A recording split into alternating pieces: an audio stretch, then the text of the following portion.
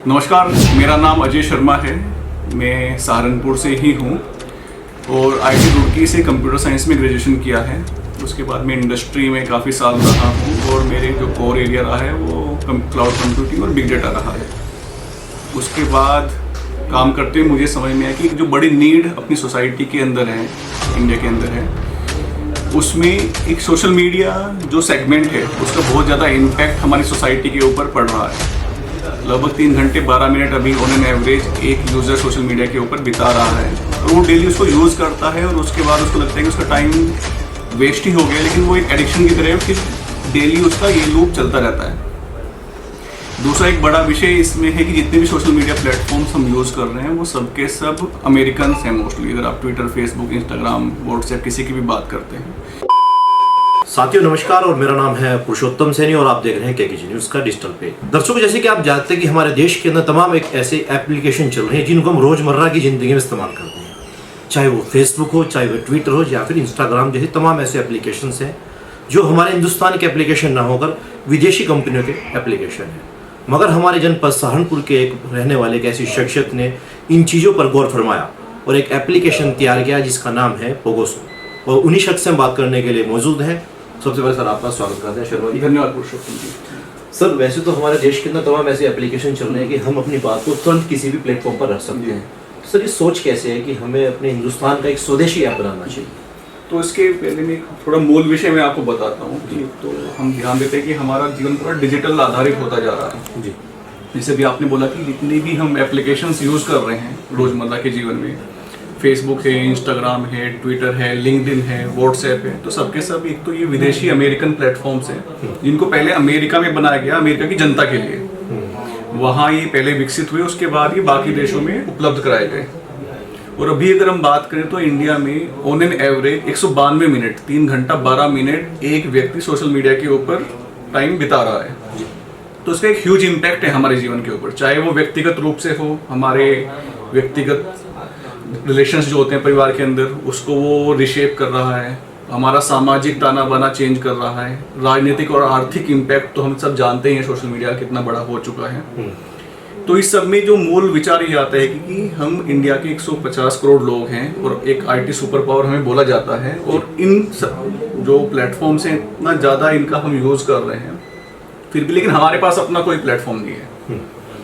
तो उसके बहुत सारी चीज़ें दिखती भी हैं कि वो विदेशी प्लेटफॉर्म जो चाहें वो करना चाहते हैं, कौन सा कंटेंट चलेगा, कौन से वर्ड्स उनको चलाने हैं नहीं चलाने हैं, वो सब उनके हाथ में है। और उसकी बहुत सारी चीज़ें हमने देखी भी अभी कि बांग्लादेश में जब अभी तक अपलट हुआ था तो उसमें बहुत सारी रिपोर्ट्स आई थी कि उस पर सोशल मीडिया ने अमेरिका के कहने पर एक बड़ा रोल प्ले किया वहाँ पर। सेम चीज़ हमने श्रीलंका के टाइम पर भी देखी जब वहाँ पर बहुत सारे जो मूवमेंट चला था और राष्ट्रपति भवन को भी वहाँ अपने कब्जे में भेजने लिया था, लेकिन उसका भी अगर आप मूल में देखोगे तो पूरा कैंपेन जो हुआ वो सोशल मीडिया के थ्रू रन हुआ।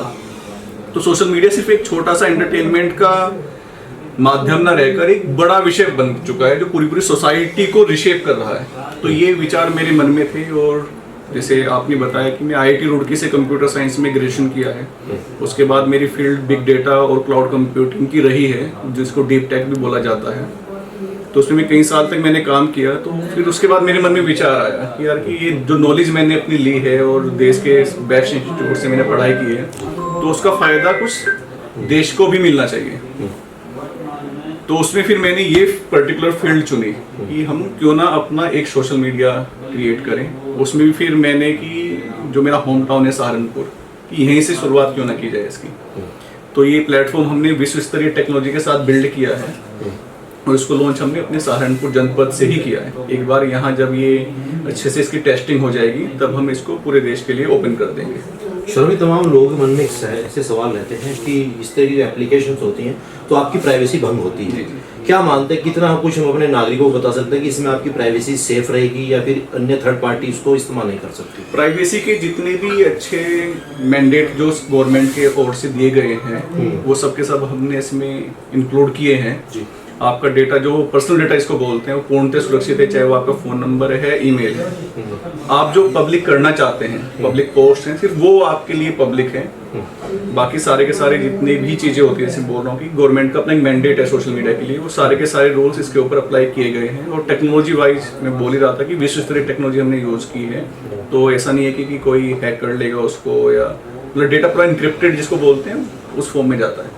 सोशल मीडिया किस तरीके से हावी आजकल के युवाओं पर, वो अपने कई घंटे जो है सोशल मीडिया पर, या व्हाट्सएप हो, इंस्टाग्राम हो या फिर ट्विटर हो, क्या कुछ युवाओं को मैसेज देना चाहेंगे कि वो अपने सोशल मीडिया का सही इस्तेमाल किन चीज़ों पर करें? बिल्कुल, ये बहुत ही अच्छा सवाल आपने उठाया है। तो एक तो ये एक टूल है जो वापस नहीं जाने वाला है, कि हम बोल रहे कि अब हम डिजिटल से वापस जो होता था जिसको हम फिजिकल वर्ल्ड बोलते थे कि उसमें चले जाएं, वो ऐसा नहीं होगा, ये और बढ़ता ही जाएगा। अभी तो हम सिर्फ ये 2D स्क्रीन के ऊपर, फोन के ऊपर देख रहे हैं, अब नई नई जो टेक्नोलॉजी आ रही है, बाकी ग्लासेस के अंदर भी सेंसर्स लगे आने लगे हैं, AR आ रहा है, VR आ रहा है ना। अब टेक्नोलॉजी मीटिंग्स के लिए भी वर्चुअल स्पेसेस बनने लगे हैं, तो डिजिटल स्पेस तो हमारे अराउंड बढ़ता ही जाएगा, उसको हम पीछे नहीं छोड़ सकते। तो अगर कोई छोड़ रहा है तो वो है कि बैलगाड़ी के युग में हम वापस जाएंगे, लेकिन इसका यूज कैसे करना है वो बहुत इंपॉर्टेंट चीज़ है। तो जैसे अभी मार्क जुकरबर्ग ने बोला कि अपनी स्ट्रेटजी में उन्होंने चेंज किया मेटा, क्योंकि हम फेसबुक और इंस्टाग्राम को अब एंटरटेनमेंट के प्लेटफॉर्म्स की तरह देखते हैं। तो मेरे ख्याल से आपका सवाल भी वहीं से है कि जनता पूरे दिन बैठे हुए सिर्फ स्क्रॉल करती रहती है, 2-3 घंटे करती है, उसके बाद उसको खुद लगता है डेली कि यार मेरा टाइम वेस्ट हो गया है ना। कुछ भी इससे पर्सनल लेवल के ऊपर या हम सोशल लेवल बोलेंगे कुछ फायदा नहीं हुआ है, लेकिन अगले दिन फिर से एडिक्शन की तरह वो ही चीज अगले दिन फिर से व्यक्ति करता है, क्योंकि वो बाय डिजाइन उन्होंने ऐसा किया है उसको। तो अगर आप पोगोसो को देखेंगे तो पोगोसो को हमने भारत की जरूरत के हिसाब से बिल्ड किया है कि हमारी जरूरतें क्या है। तो इसमें एक लोकल फीड भी है जिसमें आसपास के जितने नागरिक हैं वो अपनी समस्याएं विचार रख सकते हैं, दूसरे नागरिक उसके ऊपर रिस्पॉन्ड कर सकते हैं। हम प्रशासन को इसके ऊपर लाने वाले हैं, जनप्रतिनिधियों को इसके ऊपर लाने वाले हैं कि जो काम अभी हमारे फिजिकल जिसको हम बोलते हैं उसमें वो स्लो गति से होते थे, वो अब तेज गति से डिजिटल फॉर्म में हो। एक सबसे बड़ा अहम सवाल है, मैं खुद एक सोशल मीडिया इन्फ्लुएंसर हूँ, हम लोग भी अपने एक पेज क्रिएट करते हैं और जनता की आवाज़ उठाते हैं। क्या हम अपनी आवाज़ सोशल मीडिया की जैसे कि फेसबुक पेज पर रखते हैं या फिर अपने यूट्यूब पर रखते हैं, क्या पोगोसो के माध्यम से भी हम अपनी आवाज़ लोगों तक पहुँचा सकते हैं या इस तरीके की न्यूज़ ब्रॉडकास्ट कर सकते हैं? जी, तो बिल्कुल अच्छा सवाल आपने पूछा है। तो पोगोसो बना ही इसीलिए है। तो मैंने अभी थोड़ी देर पहले बोला कि मेटा जो है फेसबुक और इंस्टाग्राम की जो मालिक है, उन्होंने बोला है कि अब हम इन प्लेटफॉर्म्स को एंटरटेनमेंट की तरह देखते हैं। तो फेसबुक जो ऐसा पहले होता था फैमिली फ्रेंड्स को कनेक्ट करने वाला, वो सब उन्होंने पीछे छोड़ दिया है। अब उनका पूरा फोकस है कि जनता को कैसे बस रील्स में उलझाए रखा जाए, वो भी एंटरटेनमेंट वाले रील्स के ऊपर।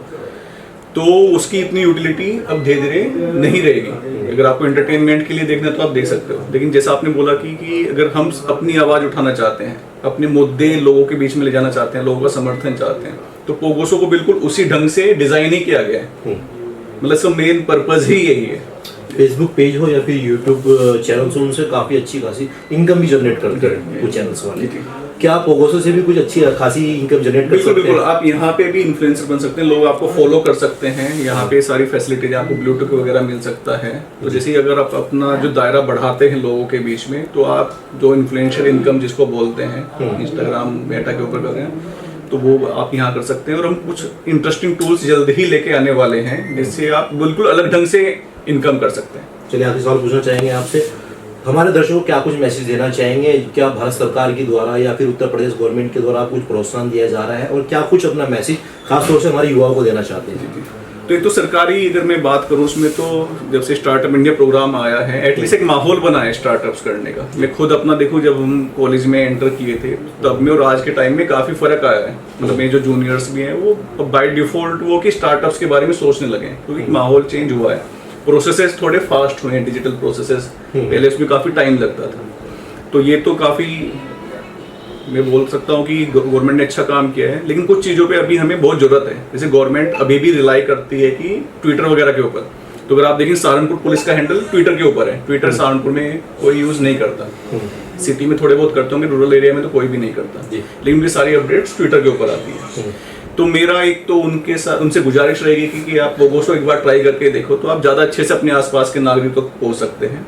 और युवाओं से भी मेरा ये है, जो आपने भी बोला कि मेरा क्या संदेश रहेगा, तो एक तो है कि स्वदेशी प्लेटफॉर्म है अपना, लेकिन उससे बड़ी चीज़ ये है कि आप इससे ज़्यादा इम्पैक्ट क्रिएट कर सकते हैं अपने आसपास में, ज़्यादा अच्छे से अपने आसपास की चीज़ों से जुड़े रह सकते हैं।